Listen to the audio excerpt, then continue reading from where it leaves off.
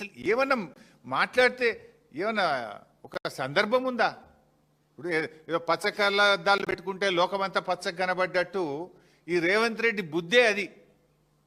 ఎందుకంటే ఆయనే స్వయంగా చెప్పిండు, నా సొంత పార్టీ నాయకులనే తొక్కుకుంటా పెరిగినోన్ని అని నువ్వే చెప్పినావు కదా.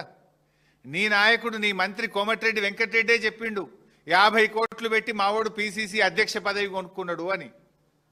50 లక్షల రూపాయలు లంచం ఇస్తూ రెడ్ హ్యాండెడ్గా ఒక ఎమ్మెల్యేను కొనుగోలు చేసే ప్రక్రియలో పట్టుబడ్డ దొంగవు నువ్వు. అసలు నీకు నిజాయితీ ఎక్కడదయా? మా దృష్టిలో ఒక పార్టీ అనేది తల్లి లాంటిది, పార్టీ అధ్యక్షులు ఒక తండ్రి లాంటి వారు. 25 సంవత్సరాలుగా ఒక రాజకీయ పార్టీలో నిజాయితీగా నిక్కచ్చిగా నాయకుడి అడుగుజాడల్లో త్యాగాల పునాదుల మీద ఎదిగిన నాయకత్వం మాది. నువ్వేందే చదువుకున్నది బీజేపీ లాంటి నువ్వే చెప్తివి,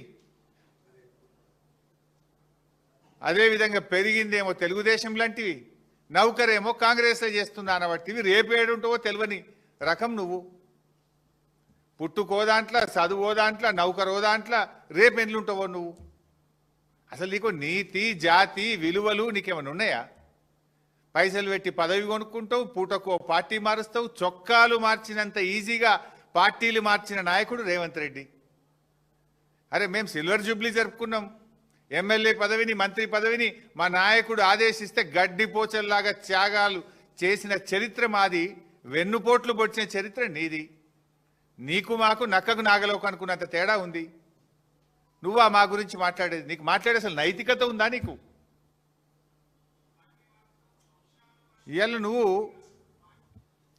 ఎట్లా అంటే ఊసెర వెల్లులు కూడా నిన్ను చూస్తే సిగ్గుపడతాయి. నువ్వు మాటలు మార్చే తీరు కానీ, నువ్వు పార్టీలు మార్చే తీరు ఊసెర వెల్లులు కూడా సిగ్గుపడేటంత దారుణంగా ఉంది నీ పరిస్థితి. అరే నీ నోటితోనే సోనియా గాంధీని దేవత అంటివి, నీ నోటితోనే బలిదేవత అన్న రకం కదా నువ్వు. మొక్కాల నీ నోటికి. బలిదేవత అన్నది నువ్వే, దేవత అన్నది నువ్వే. రేపు ఇంకేమంటావు ఆమెను? అసలు నీకు స్టాండ్ ఉందా? నీకు ఒక సిద్ధాంతం ఉందా? నీకు ఒక పద్ధతి ఉన్నదా రేవంత్?